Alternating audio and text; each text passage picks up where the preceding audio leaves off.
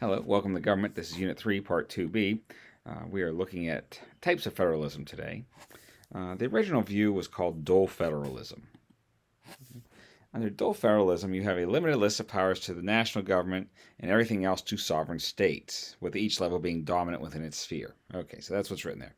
So, in other words, it's like a layer cake, where you have two different layers. One layer are the states' right, states' rights, states' powers. The other layer is the national government's, the federal government's rights and powers. Okay, and they don't overlap. All right, they're dominant. That means state takes care of its stuff, national government takes care of its stuff.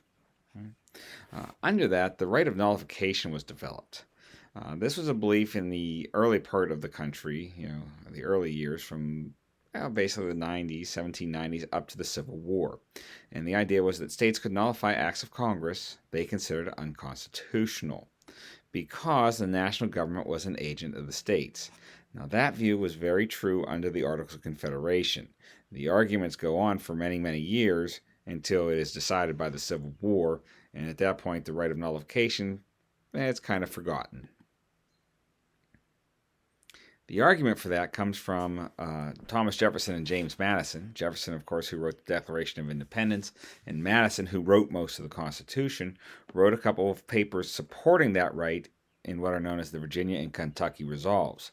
They each wrote one and sent it to that state's legislature. Jefferson on the left, Madison on the right there. Later, it was supported by James Calhoun, who was a very influential politician in the early to mid 1800s. And there's Calhoun. Cooperative federalism, this view comes about in the 1930s with the New Deal. But under cooperative federalism, the national and state governments cooperate in delivering goods and services to the people. Let's go on to the next one. It's also known as marble cake federalism. All right, I compared dual federalism to a layer cake. This is compared to a marble cake where you have white cake and chocolate cake and they all get swirled together, right? Because under this idea, it's a mixed set of responsibilities at all levels. So the federal government's doing stuff at the local level, the local government, states, everybody's doing a little bit, and sometimes there's a lot of overlap. Right? There you go. Layer cake versus marble cake.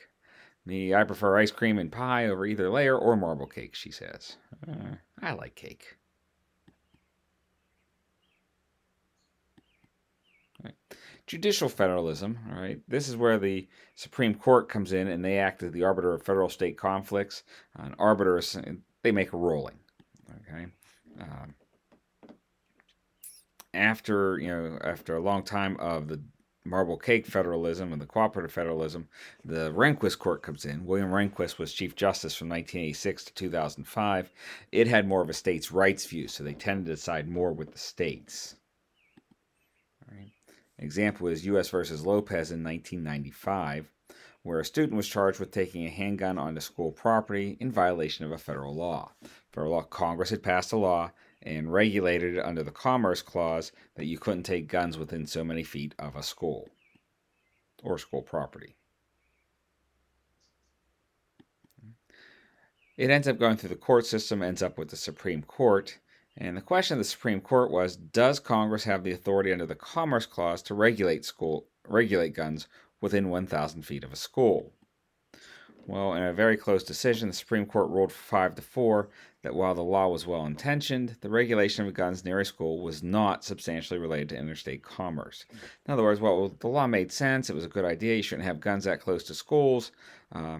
It wasn't within the power of the Congress to pass that law.